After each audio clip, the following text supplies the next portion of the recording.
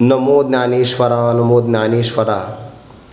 निवृत्ती उदारा सोपानदेवा।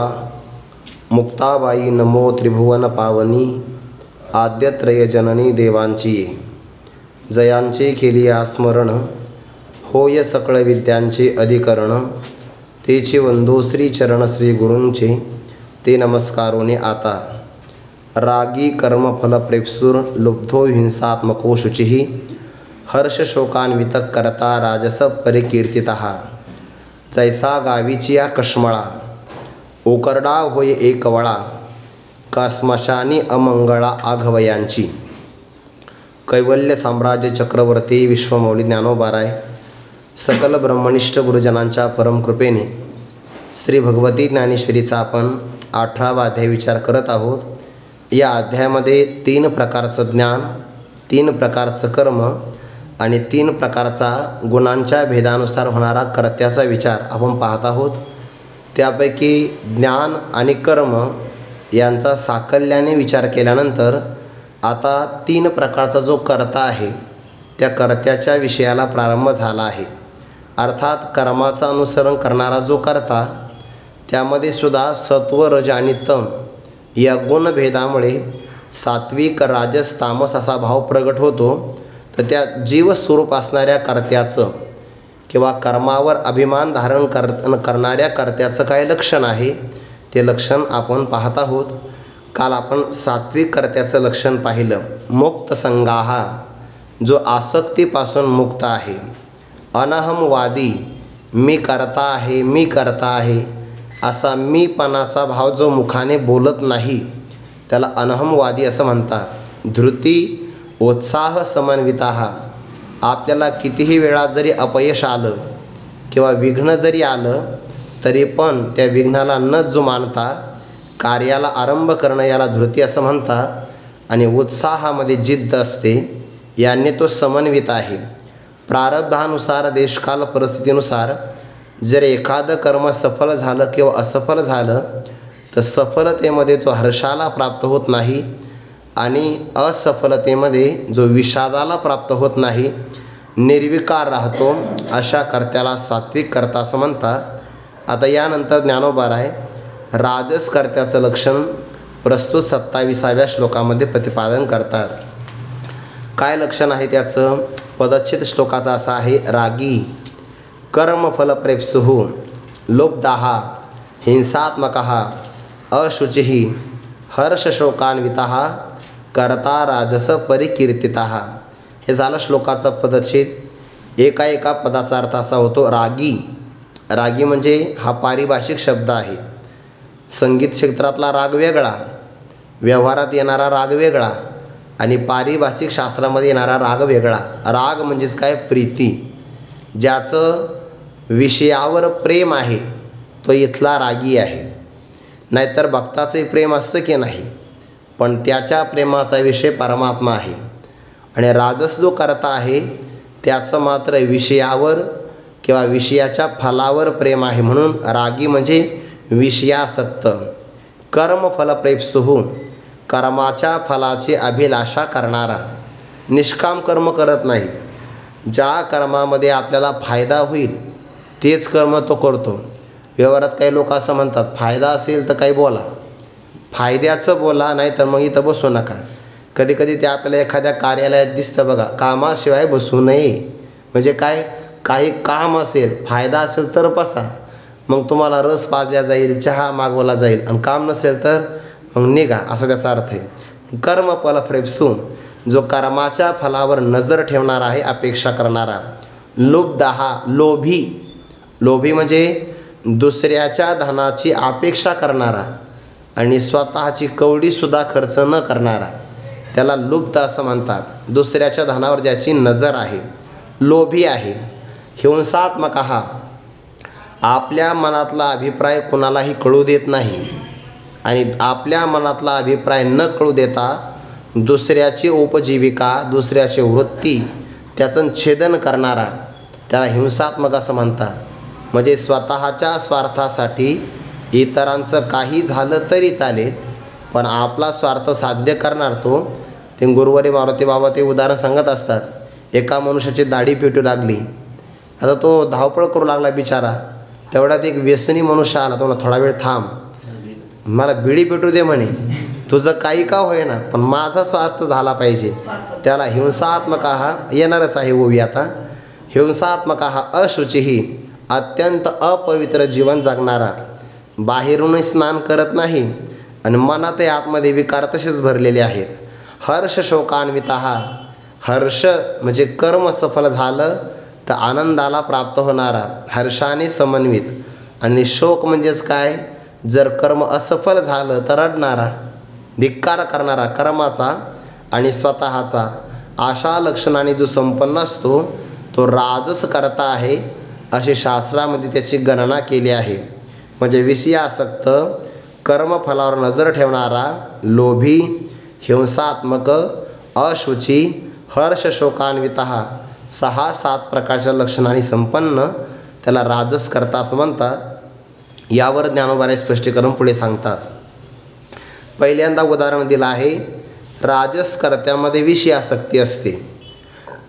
सुभाषितकाराने असं म्हटलं आहे, एकाच मनुष्याला संपूर्ण पृथ्वी, या पृथ्वीवर असणारं सगळं सोनं, सगळं धान्य, सगळे पशु, सगळे भोग जरी प्राप्त झाले तरी एक असणारा आसक्त पुरुष अलम, मला हे पूर्ण झालं असं कधीच म्हणू शकत नाही. ज्ञानोबा म्हणतात बघा 14व्या अध्यायामध्ये, मेरूही हाता आलिया तैसी तृष्णावाडी नलिया, मेरू हाता आलिया तरी म्हणे एखाद्या दारुणा वळगो. संपूर्ण सोन्याचा मेरू पर्वत जरी हातात आला तरी त्याची तृष्णा कमी होत नाही. त्याला आसक्त असं म्हणतात. संतुष्ट राहिला तर मनुष्य कायम समाधानी आहे आणि असंतुष्ट राहिला तर सर्व काही मिळूनसुद्धा असमाधानीच राहतो. म्हणून समाधानाचं सूत्र संतुष्टीमध्ये आहे आणि असमाधानाचं बीज असंतुष्टीमध्ये. आता तो किती असंतुष्ट असतो, अपेक्षा किती वाढलेल्या असतात.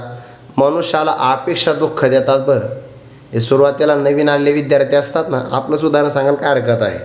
नवीन आलेले विद्यार्थी असतात बिचारे, काही नाही नुसतं जेवायला जरी दिलं, जेवायला कीर्तनामध्ये, तरी आनंदी असतात. पण हळूहळू त्यांचा समजा जेवढा काल इथं जातो तेव्हा त्यांना मग अपेक्षा वाढतात. पण त्याला असं वाटतं कमीत कमी शाल तरी मिळावी, नारळ तरी मिळावं. पुढचं नाही सांगत आता, अपेक्षा वाढत जातात की नाही.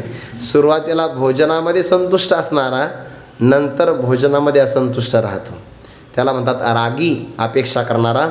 ज्ञानोबा उदाहरण देतात, जगातल्या सगळ्या अपेक्षा त्याच्या मनात राहतात. कशा, जैसा गावीची आकशमळा ओकरडा होय एक वळा.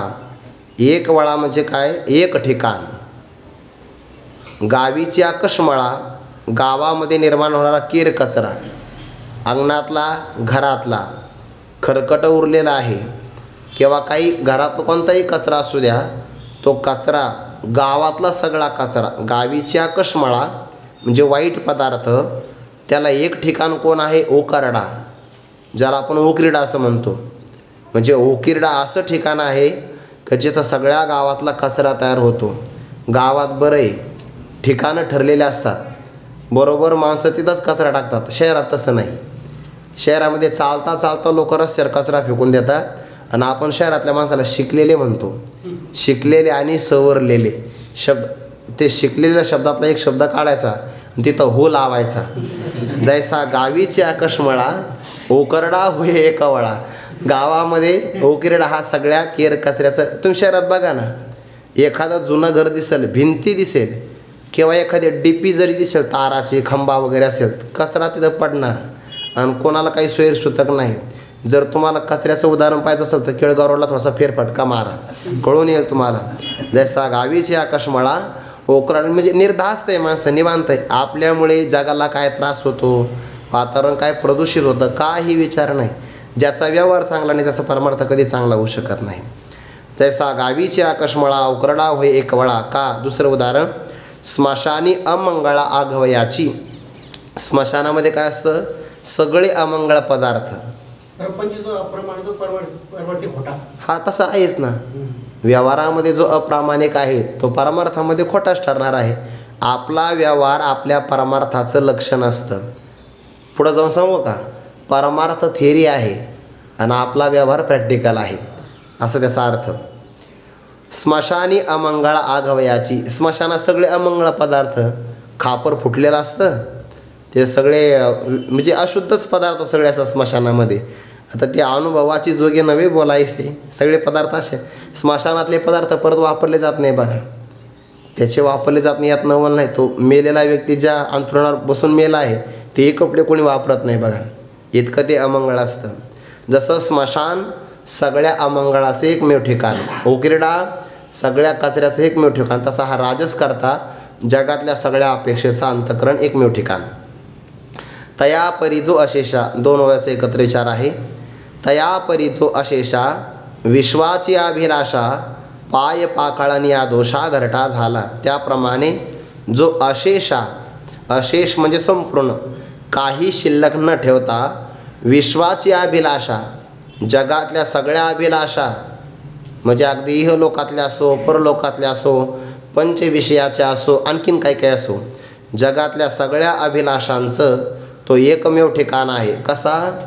ज्याप्रमाणे पाय पाखाळाने या, आपण पाद प्रक्षालन करतो की नाही, एखाद्या ठिकाणी आपण पाय धुवून काढतो, आपलं घर असतं की नाही, तर घरामध्ये विशिष्ट स्थान असतं ज्याला आपण स्नानगृह म्हणतो, तिथं गेल्यानंतर आपण पाय वगैरे धुवून काढतो. जसं घरामध्ये येणारे सगळे पाहुणे एकाच ठिकाणी पाय धुतात, पाय पाखाळाने या एकच ठिकाण असतं, तसं जगातल्या सगळ्या अभिलाषा, त्या अभिलाषाचे असणारे सगळे निर्माण होणारे दोष आणि त्याचा घरटा म्हणजे घर हा व्यक्ती झालेला आहे, असं त्याचा अर्थ. पाय पाखाळाने या दोषा घरटा झाला. किंवा दुसरं भाव असा होईल, सगळ्या विश्वाच्या अभिलाषाचं तो एकमेव ठिकाण आहे, किंवा जगातल्या सगळ्या दोषांनी एकमेव घर करावं आणि याच्या अंतःकरणात येऊन आपले पाय धुवून काढावे, इतका तो दोषयुक्त झालेला आहे. पाय पाखाळाने या दोषा घरटा झाला. त्या सगळ्या दोषांना पाय धुण्याकरता हा एकमेव घर झालेला आहे. आणि म्हणून याही ओवीचा संबंध आहे बरं, तीन ओव्याचा एकत्र विचार.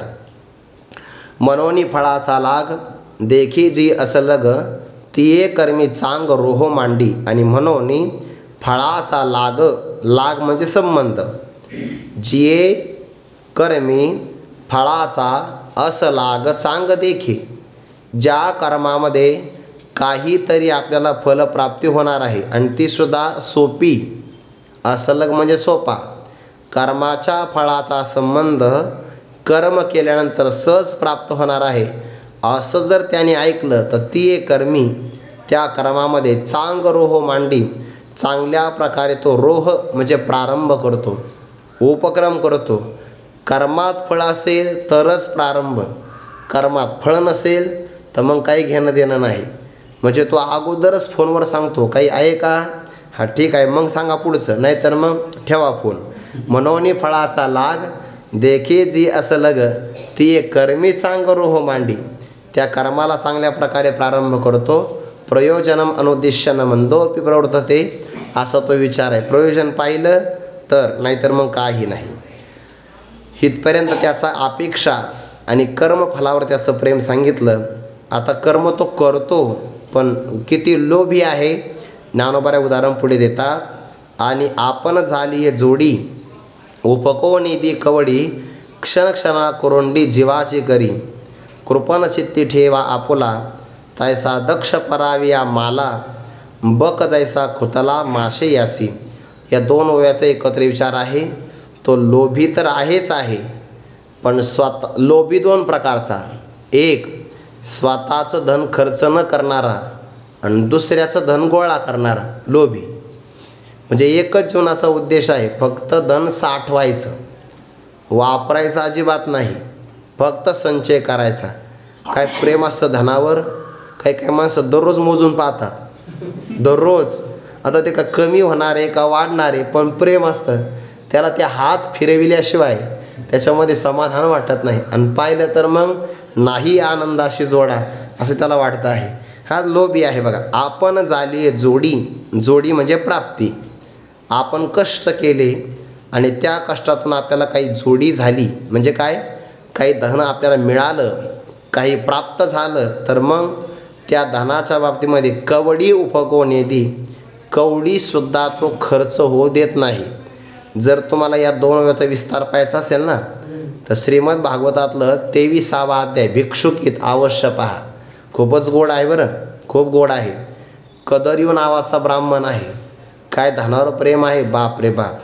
म्हणजे अगदी आपल्याला जर वांती झाली तर परत जेवायचंच नाही. म्हणजे का बरं, आता वांती झालेली आहे आणि आपण जेवलो आणि न कळत वांतीचा काही अंश पोटात राहिला, परत उलटी झाली तर अन्न वाया जाईल ना. वाया उपाशी राहायचं, पण अजिबात काही नाही.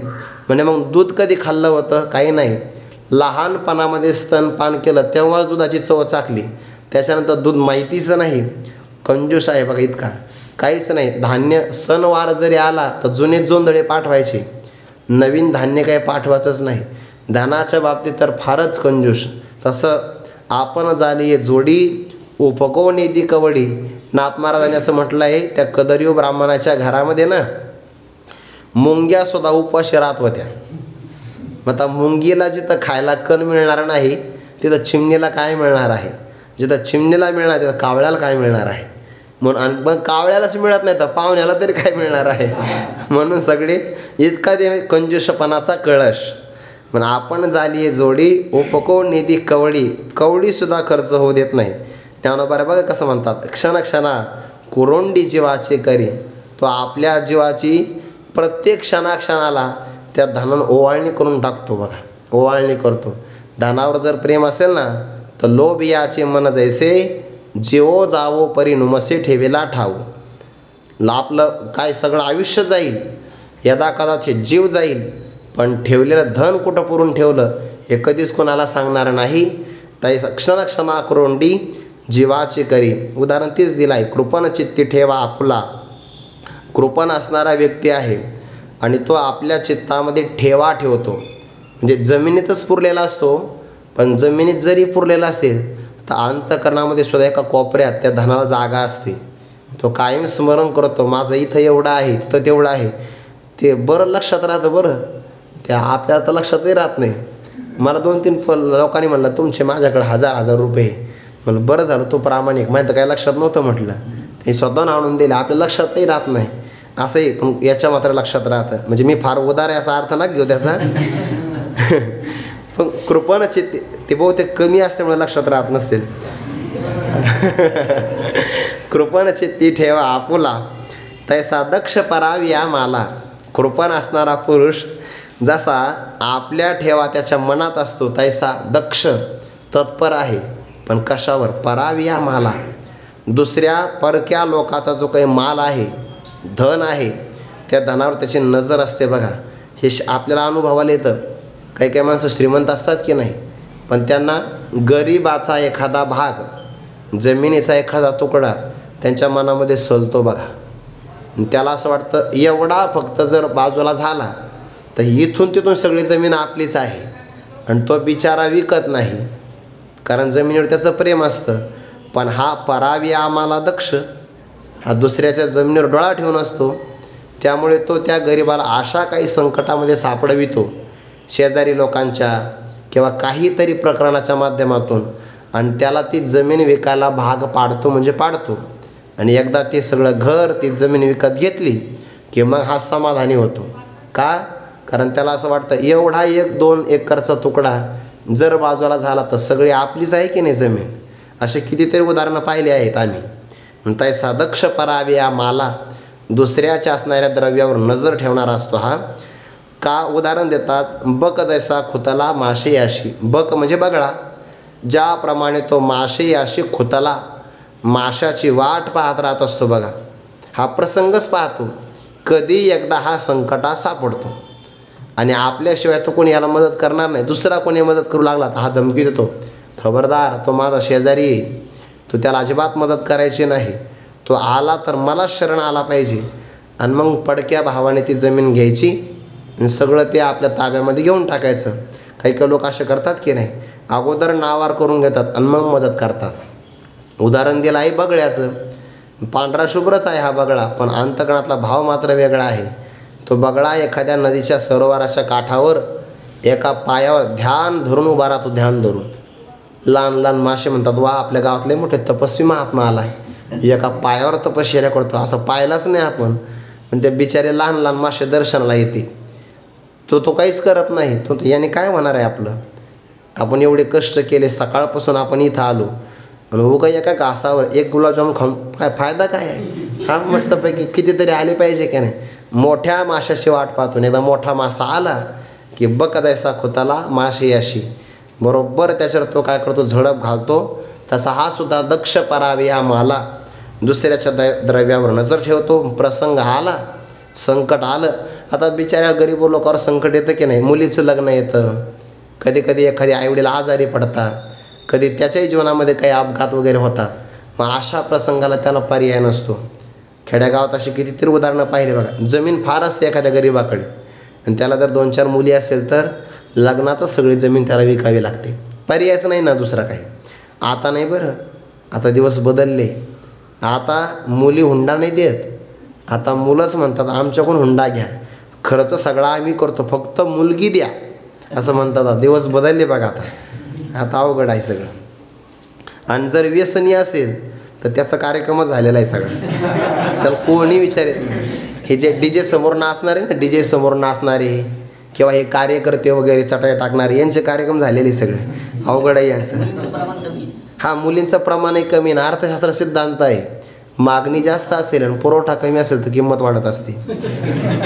मी शिकलो ना अर्थशास्त्र म्हणून सांगतोय. बघच आहे साखोतला माशे याशी. हां असं आहे ते. आता अनुभव येते बघ.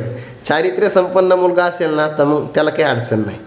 पण हे बिचारे आपल्या इकडे तिकडे सापडतात ना रस्त्यावर उन्हातानाचे, त्यांचं अवघड आहे.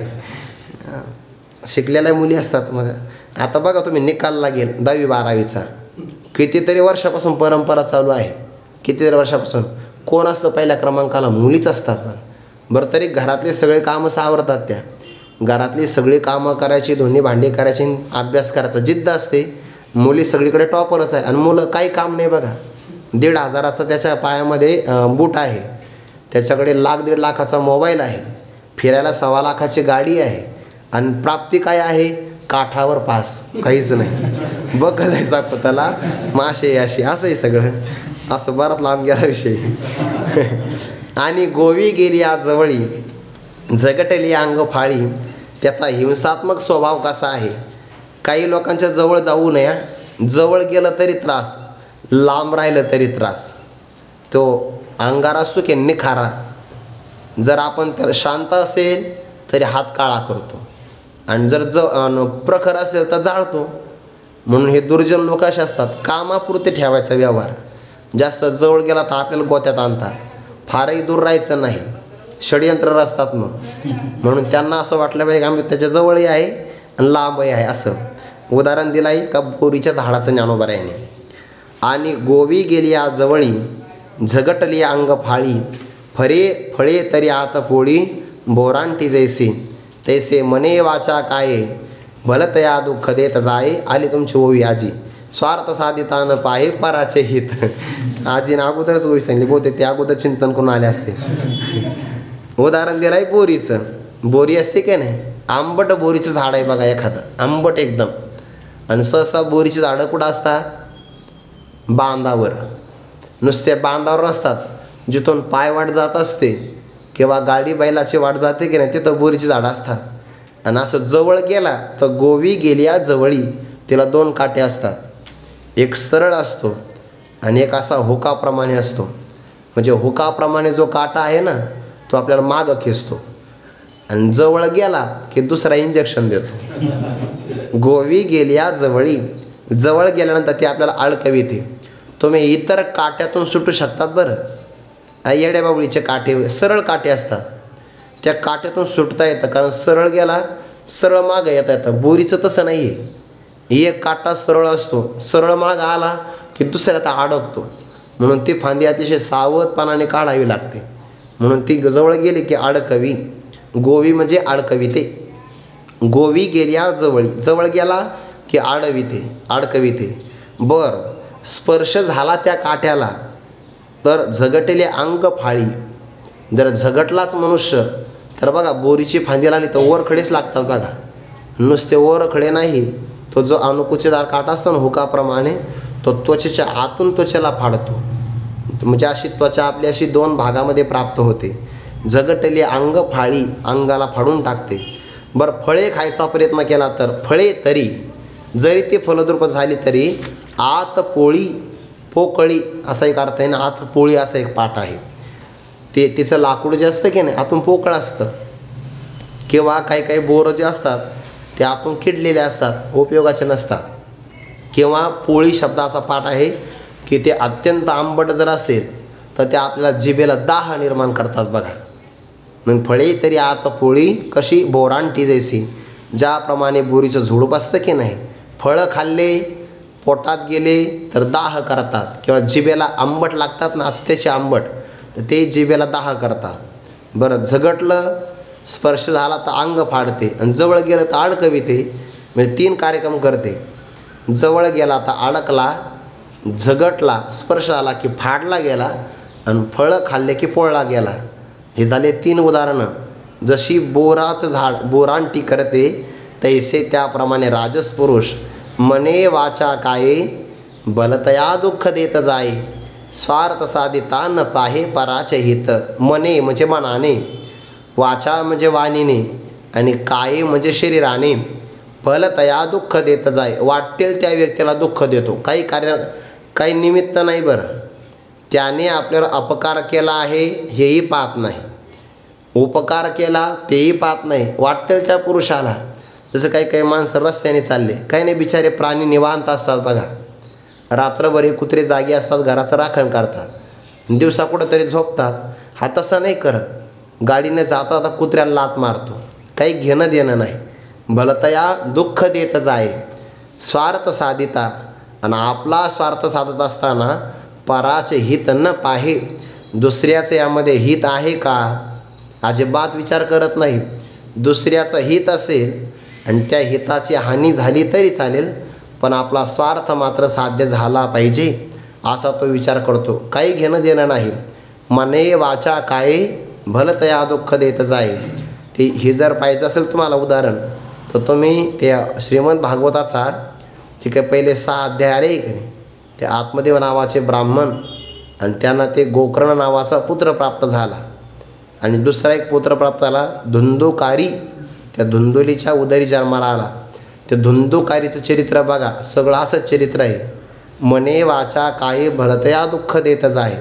त्याचं ते चरित्र पाहिलं तर आत्मदेव ब्राह्मण घरातून निघून गेले बघा, निघून गेले. म्हणजे असा मुलगा कुपोत्र दुःखदायक, हा वाईट मुलगा दुःखदायक असतो. मुलगा जर चांगला असेल, नाथ महाराजांनी असं म्हटलं आहे, ज्यासी बहुसाल अपत्ये तो अखंड भोगी आपत्ती ते. ज्याला फार मोठे अपत्य असतात ना त्याला कायम आपत्तीच येते, आणि म्हणून शास्त्राने आपत्ती देणारा त्याला आपत्ती असं म्हटलं आहे, असं नाम त्याला दिलेलं आहे. चांगला मुलगा असेल तर बरं आहे, आणि जर वाईट चरित्राचा मुलगा जर असेल तर तो जिवंत असतानाही दुःखच देतो, मृत झाला तर आधार नसल्यामुळे सुद्धा दुःखच देतो. हा तसाच प्रकार आहे तो. मने वाचा काय भलतया, त्या धुंदुकारी आत्मदेव ब्राह्मण निघून गेले, पुढचं राहिलं सांगायचं. आता ते आठवलं की सांगाच वाटतं. मग त्या आईला सांगितलं, सांग धन कुठं ठेवलं आहे. ते बिचारे घाबरली आणि तिने आत्महत्या केली, विहिरीत उडी मारून. मोकळा झाला धुंदुकारी, आणि मग सगळ्या प्रकारचे वाईट कर्म केले. मुलगा दिसला लहान तर विहिरीत टाकायचा, प्राण्या मात्रांची हिंसा करायची, चोरीचं धन आणायचं, आणि स्वैराचारामध्ये प्रवृत्त व्हायचं. तैसे मने वाचा काय भलतया दुःख देत जाय. झाडच तोडायचे, पशुपक्षीस मारायचे, प्राणीमात्राचे कटकारस्थान करायचे, याला म्हणतात भलतया दुःख देत जाय. स्वार्थ साधितान पाहे पराचे हित. आपला स्वार्थ सिद्ध होत असेल तर दुसऱ्याचं हित अनहित मात्र पाहत नाही, याला म्हणतात हिंसात्मक स्वभाव. तामस त्याच्याही पेक्षा पुढे येणार आहे. तेवेची त्याचप्रमाणे अंगे कर्मी आचरण न हे क्षमी न निघे मनोधर्मी अरोचक. तेवीच त्याचप्रमाणे, आता कर्म करायचं म्हणलं की सामर्थ्य असावं लागतं की नाही, पण कर्मात सामर्थ्य आहे की नाही, आपण समर्थ आहो की नाही याचा विचार नाही करत. अंगे कर्मी अंगाने कर्माच्या बाबतीमध्ये आचरणक्षमी नव्हे, आपलं आचरण आपलं वर्तन हे समर्थ नाही, म्हणजे आपण करण्याच्या पात्रतेचे नाही. क्षमी म्हणजे अंगाने आपल्या करणार नाही.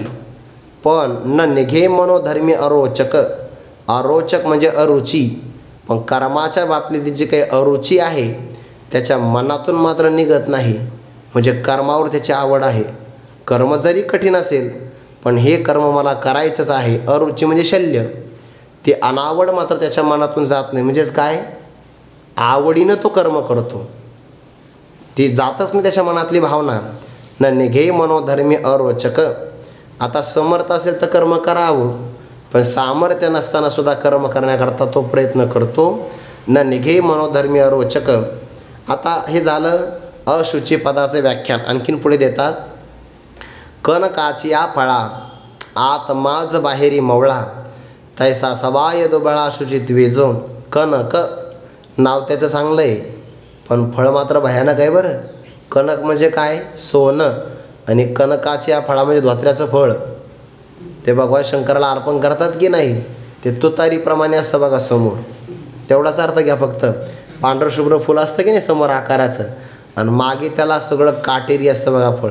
भगवान शंकराला ते अर्पण करतात बघा. तर ते कनकाची हा फळा कसं आहे, ते आत माझ बाहेरी मवळा. मवळा म्हणजे काटे, बाहेरून त्याला काटे असतात, आणि आतमध्ये मात्र माज म्हणजे कैफ उन्मत्त असतं.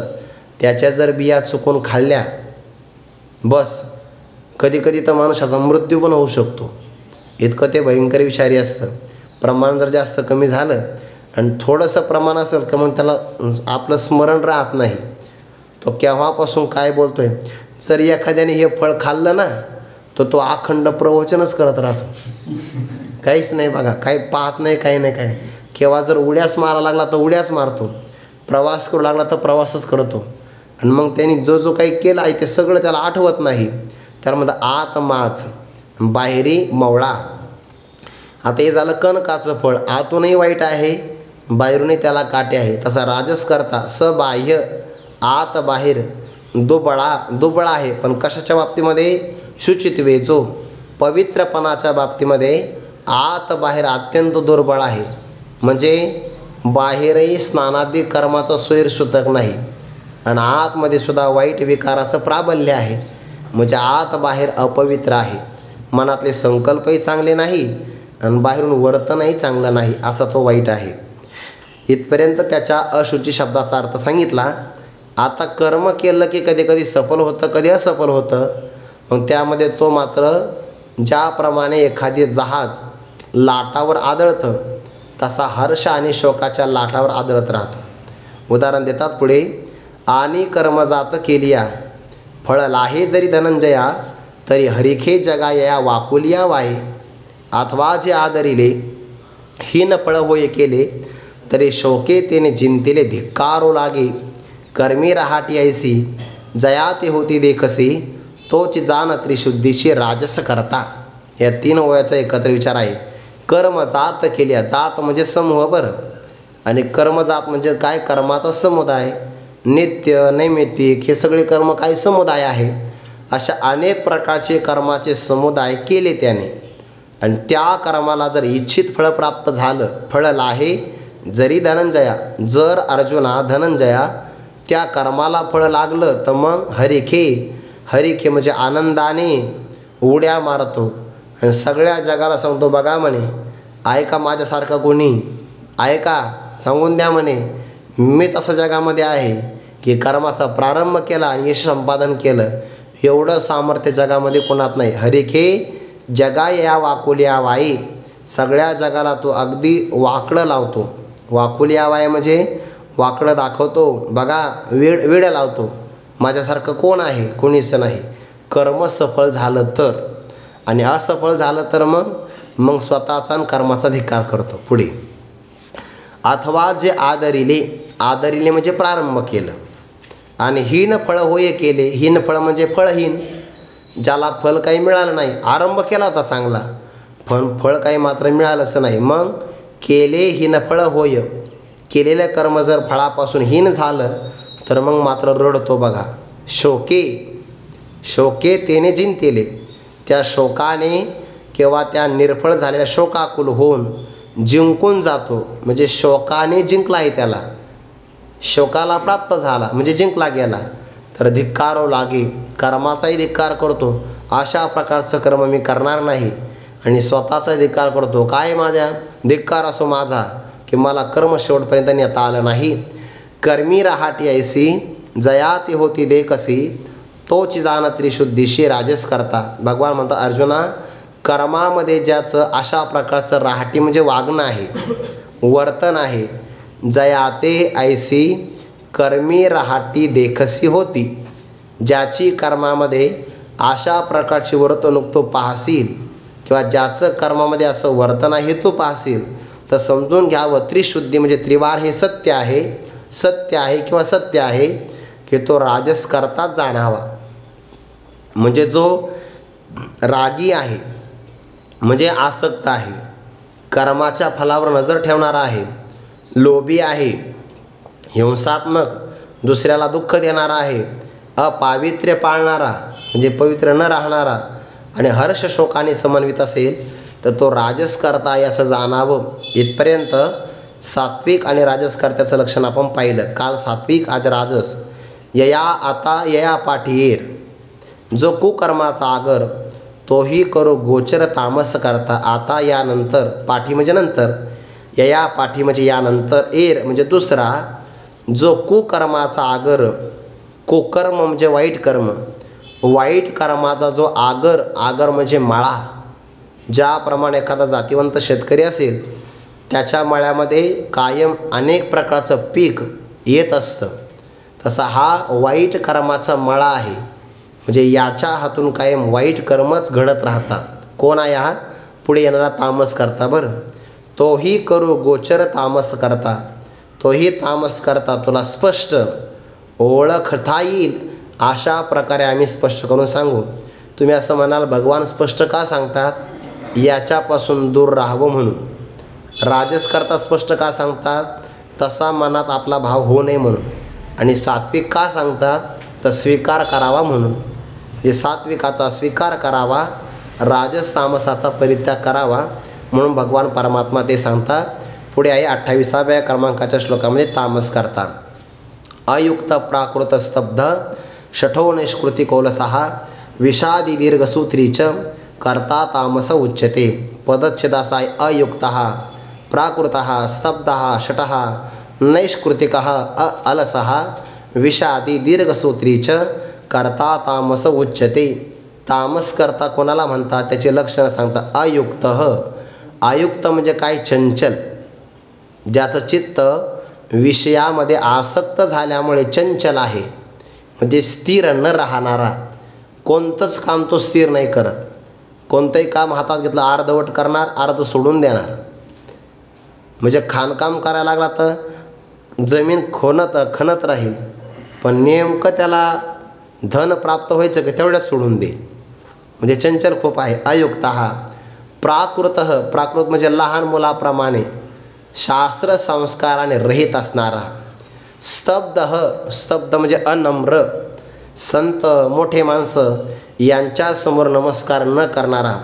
शठ म्हणजे धूर्त, लबाडी करणारा, कुणालाही फसू शकतो. नैष्कृतिकः, नैष्कृतिकः म्हणजे सांगून दुसऱ्याची हिंसा करणारा. म्हणजे काही माणसाने का धमकी देतात बघा, किंवा उघड सांगतात तो फक्त 8 दिवस थांब, नाही तुला जर नष्ट केलं तर माझं नाव नाही. म्हणजे अभिप्राय मनातला प्रगट करून मग दुसऱ्याची हिंसा करणारा. राजस आहे ना, राजस, तो अभिप्राय सांगत नाही पण हिंसा करतो, हिंसात्मक हा. आणि हा नैष्कृतिकः म्हणजे सांगून हिंसा करणारा, अभिप्राय प्रगट करतो की तुझं हे मी घेतल्याशिवाय राहणार नाही, फक्त तू थांब, असं त्याला नैष्कृतिकः म्हणतात. अलसह म्हणजे आळशी, म्हणजे एखाद्या कर्म चांगलं आहे तरीसुद्धा न करणारा. विषादी, विषादी म्हणजे कायम असंतुष्ट असणारा, कितीही मिळालं तरी पण ज्याचं मन समाधानी होत नाही. आणि दीर्घसूत्रीचं, जे काम 1-2 दिवसामध्ये होऊ शकतं ते महिनाभरामध्ये सुद्धा न करणारा. त्याला दीर्घसूत्री असं म्हणतात. हा तामस करता आहे. त्याची लक्षणं सांगितली. अयुक्त, प्राकृत, स्तब्ध, शटः, नैष्कृतिकः, अलसः, विषादी, दीर्घसूत्री 8 प्रकारची लक्षणं सांगितली. हा तामस करता, तामस जीव किंवा तामस कर्म करणारा करता असा असतो. विचार नाही करत. कसा? पुढे ज्ञानोबा उदाहरण देतात. तरी मिया लागलिया कैसे, पुढील जळत असे, हे नेनीचे होताशे जिया परी, पैशस्त्र मिया तिखटे, नेनीचे कैशेने निवटे, का नेनीचे काळ कुठे आपले केले, तैसा पुढील या आपुलिया, घात करीत धनंजया, आदरी ओखटिया क्रिया जो का, याला म्हणतात अयुक्ता. हे सगळं उदाहरण दिलं आहे. पहिलं उदाहरण आहे अग्नीचं. अग्नी विचार करतो का? अजिबात नाही विचार करत. तसा हाही विचार नाही करत. त्याचा भावी परिणाम काय होईल, घात होईल का हित होईल, नाही विचार करत. मी या लागलिया म्हणजे मी एखाद्याला लागलो तर पुढील कैसे जळत असे, समोरचा पदार्थ कसा जळतो आहे, हे जिया परी म्हणजे ज्याप्रमाणे होताशे नेनिजे, होताश म्हणजे अग्नी, अग्नी हे ज्याप्रमाणे जाणतच नाही. का अग्नी जाणतो? नाही जाणत. अरे मी लागल्यानंतर म्हणजे अग्नी एखाद्याला लागल्याबरोबर समोरचा व्यक्ती कसा जळतो, शांततेनं जळतो का धडधड करून जळतो? अजिबात नाही. लागला की लागला, समोरच्याला जाळतो, तो विचार नाही करत. दुसरं उदाहरण, पैशस्त्र मिया तिखटे, नेनी जे कैसे निवटे, निवटे म्हणजे नष्ट होणं किंवा मरणं. शस्त्र असा विचार नाही करत कधीच. तीक्ष्ण, तीक्ष्ण, तिखटे म्हणजे तीक्ष्ण, अनुकुचिदार शस्त्र आहे एखादं, आणि ते असं विचार करतं का अरे बाणातून जर मी सुटलो तर समोरच्या व्यक्तीच्या हृदयाचा छेद घेऊन मी पाठीमागून निघून जाईल, असं तीक्ष्ण असणारं शस्त्र विचार नाही. किंवा बंदुकीची गोळी, ते विचार करते का लागल्यानंतर मी आरपार होणार आहे, असं विचार नाही करत. तिखट आहे ना, ते तीक्ष्ण आहे. शस्त्रे मी या तिखटे, नेनिजे कैसे निवटे, समोरचा व्यक्ती कसा मरतो हे शास्त्राला माहिती नाही. का? नेनिजे काळकोटे आपले केले. हलाहल नावाचं काळकोटे विष आहे, आणि ते विष घेतल्यानंतर आपलं काम पोटात गेल्यानंतर काय होतं हे त्या विषाला कळत नाही. म्हणजे अग्नी समोरचा घात कसा करतो हे अग्नीला कळत नाही. शास्त्राद्वारे समोरचा व्यक्ती कसा मरतो शस्त्र जाणत नाही.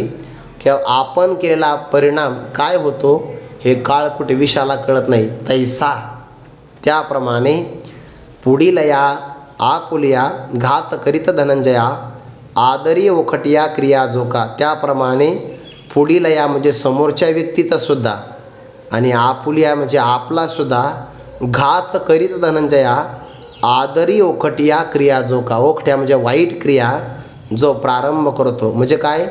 ज्याच्यातून स्वतःचाही घात होतो आणि दुसऱ्याचाही घात होतो. हे जे अतिरेकी असतात ना, हे आत्मघातकी हल्ला करतात बघा. म्हणजे स्वतःच्या शरीराला बॉम्ब लावून घेतात आणि गर्दीच्या ठिकाणी जातात आणि उडवून देतात स्वतःला. म्हणजे आपुलिया आणि पुढील या, घात करीत, दुसऱ्याचाही घात करतो आणि आपलाही घात करतो, अशा वाईट कर्म करणारा जो असतो तो तामस करता आहे. चंचल खूप आहे. कसा? तियाकरिता ही वेळी, अशा वाईट कर्म करत असताना सुद्धा काय झाले हे न सांभाळी, चळला वायू वाह टुळी चेष्टे तैसा. आपण हे कर्म करतो आहे, पण या कर्म करण्यामध्ये भावी परिणाम काय होणार आहे किंवा आपली काय हानी होणार आहे याचा विचार तो न सांभाळत नाही. कसा? ज्याप्रमाणे वायू वाहुटळी चळला चेष्टे, वारा जर वाहू लागला तर सामान्य वारा असतो, तो आपल्या अंगाला आल्हाद देतो, पण तोच वारा वावटळीमध्ये जर सापडला तर मग तो काय करतो? विचार नाही करत, मग सगळे पदार्थ वरती घेऊन जातो. तसा वायू वावटळी चळला, चलनाला प्राप्त झाला की तो नेमकं कोणत्या घरात जाईल, कोणाचे पत्रे उडवून नेईल किंवा कोणत्या झाडाला गोल गोल फिरून मुळापासून त्याचं उच्चाटन करेल सांगता येत नाही. ते वावटळ कधी कधी घरात शिरते तर पत्रेच घेऊन जाते. एखाद्याच्या त्या झाडामध्ये अडकली तर झाड मुळापासून उच्चाटन करते, आणि एखाद्याच्या लग्नात गेली तर मंडपच घेऊन जाते. ज्याप्रमाणे तो वायू वावटळी सापडला तर विचार नाही करत, चेष्टेत तैसा, तशा प्रकारे तामस करता चेष्टा करतो. म्हणजे एकदा काय कर्म करेल आणि त्याचा काय परिणाम होईल हे अजिबात तो सांभाळत नाही. फक्त करायचं म्हणून करायचं, विचार अजिबात नाही करत. पै करनिया आणि जया मिळ नाही धनंजया, तो पाहुणी पिसिया कैशी त्राय. करनिया म्हणजे कर्म आणि जया म्हणजे जो व्यक्ती. आता कसं आहे, आपण आणि आपलं कर्म याच्यात थोडासा मेळ पाहिजे. आपण कोण आहोत आणि आपण करतो काय यात ताळमेळ पाहिजे. बऱ्याच लोकांना हे कळतच नाही. आपलं क्षेत्र कोणतं आहे, आपण राहतो कुठं, आपल्याला लोक समजतात काय ना आपण करतो काय, काहीच मेळ नाही. करनिया आणि जया मेळ नाही धनंजया, समन्वय नाही. ज्ञानोबा म्हणतात तो पाहुणी, त्याला जर आपण पाहिलं तर पिसेया कैशी त्राय. त्राय म्हणजे सत्ता, नाव किंवा मर्यादा. त्या व्यक्तीला पाहिलं ना तर वेड्या व्यक्तीला सुद्धा काय नाव ठेवायचं, कारण का वेड्या व्यक्तीला नाव ठेवलं तो वेडाच आहे.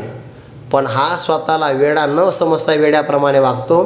म्हणून तो पाहुणी पिशेया, पिशे म्हणजे वेड्या व्यक्तीला कशा प्रकारचा मान मिळणार आहे, म्हणजे वेड्यापेक्षा सुद्धा हा अतिशय वेडा आहे. तो पाहुणी पिशेया कैशी त्राय, राहतो कसा, स्वैराचारात प्रवृत्त होऊन राहतो. आणि इंद्रियांचे वैरी ते चरोनी राखे जो जियाले, बैला तळी लागले गोचिड जैसे. त्याला उदाहरण दिलं आहे गोचिडाचं. हे गोचिडाचं उदाहरण आहे ना, ते 9व्या अध्यायामध्ये पण आलं आहे बघा. पाहे पादुद पवित्र आणि गोड, पासी त्वचेचिया पाद्राड, परी ते आविरून गोचिड अशुद्धची सेवी. अशुद्ध म्हणजे रक्त, दुधाचं नाही सेवन करत, ते रक्ताचं सेवन करतं.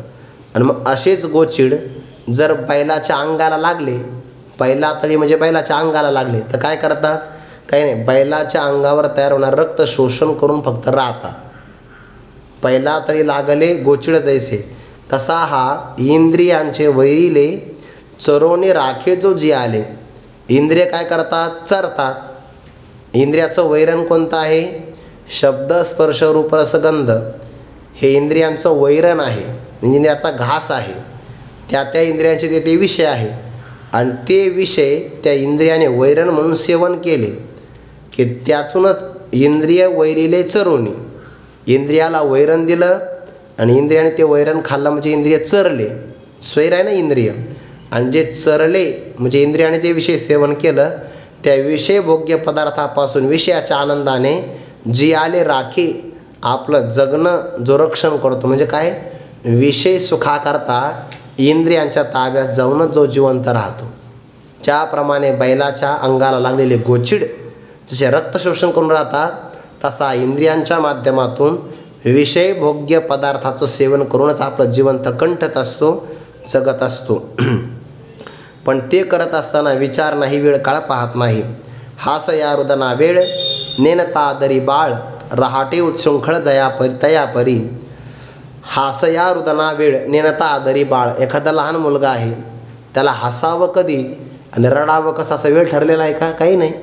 त्याच्या मनाप्रमाणे खेळणे मिळाले की हसायचं, नाही मिळाले की रडायचं. त्याच्या रडण्याला आणि हसण्याला काही वेळ काळाची मर्यादा नसते. ज्याप्रमाणे ते बाळ स्वैर राहतं तया परी त्याप्रमाणे उच्छृंखळ राहते. स्वैराचारामध्ये किंवा यथेच्छा अशा प्रकारच्या आचरणामध्ये हार राहतो. म्हणजे याच्याही कृतीला कोणता धरबंध नाही. जो प्रकृती आदलेपणे कृत्याकृत्य स्वादनेने फुगे केरे धालेपणे उकरला जैसा, मनोनी मान्याची नावे ईश्वराही परी न खालवे, स्तब्धपणे न मनवे डोंगरासी. या दोन ओव्याचे एकत्र विचार आहे. जो प्रकृती आतलेपणे, आतला म्हणजे व्यापला, आधीन झाला, प्रकृतीच्या मायेच्या किंवा आपल्या मनाच्या स्वभावाच्या, त्यालाही प्रकृती असं म्हणतात. सदृशम चेष्टते स्वस्याः प्रकृती ज्ञानवानपी. प्रकृतीला आधी होऊन सगळेजण आपले कर्म करतात, म्हणून संगच व प्रकृतीचा तव त्यागुण घडी कर्माचा. जो प्रकृतीच्या अधीन झाल्यामुळे कृत्य म्हणजे करणीय आणि अकृत्य म्हणजे अकरणीय, तर कृत्य आणि अकृत्य यांचा स्वाद कसा असतो हे त्याला माहितीच नाही. का, प्रकृतीच्या ताब्यात गेलेला आहे ना. मनुष्य जर मनाच्या ताब्यात गेला ना तर करणीय कर्म करत नाही आणि अकरणीय कर्म केल्याशिवाय राहत नाही. हे वाईट आहे म्हणून सोडून द्यावं आणि हे चांगलं आहे म्हणून स्वीकार करावं अशी त्याला कृत्य अकृत्याची चवच कळत नाही का? त्याचं कारण प्रकृती आतलेपणे. जो प्रकृतीला परतंत्र झाला आहे ना, तो प्रकृती म्हणण्याप्रमाणेच वागतो, तो मनाप्रमाणेच वागतो, शास्त्राप्रमाणे वागत नाही. कसं? फुगे केले धालेपणे उकरडा जैसा. ज्याप्रमाणे उकरडा त्याच्यावर जर आपण केर टाकला तर जितका जितका केर पडेल तसा तो उकरडा तृप्त होतो आणि तृप्त झाला का तो उकरडा फुगत फुगत जातो. तसा हा वाईट निषिद्ध कर्म जेवढे पडतील तेवढ्याने तो फुगत फुगत जातो आणि तृप्त होतो. आणि म्हणून याच कारणामुळे मान्याची नावे मान्यतेच्या, प्रतिष्ठेच्या, सन्मानाच्या नावाखाली ईश्वराही परीनं खालवे. ईश्वर जगाचा कर्ता आहे, निर्माता आहे, त्याची संपूर्ण सर्वज्ञ सर्वशक्तिमान सत्ता आहे, पण त्याच्याही ईश्वराही परीनं खालवे. ईश्वराच्या समोरसुद्धा हा कोणत्याही प्रकारे लवत नाही, नमस्कार करत नाही आणि इतका ताठर असतो, अनम्र स्वभावाचा असतो की स्तब्धपणे डोंगराशी न मनवे. जसं डोंगराचं शिखर उभं राहिलं की उभंच राहतं, ते शिखर कधी लवत नाही, तसा हा सुद्धा अनम्र स्वभावाने ईश्वराच्या समोर, शास्त्रदेवाच्या समोर नम्र होत नाही. इथपर्यंत त्याचा स्वभाव सांगितला. आणखीन काही लक्षण आहे ते आपण उद्या पाहू. पुंडलिक वरधारी विठ्ठल श्री ज्ञानदेव तुकाराम माऊली ज्ञानेश्वर महाराज की जय. जगद्गुरु तुकाराम महाराज की जय. सद्गुरु जोग महाराज की जय.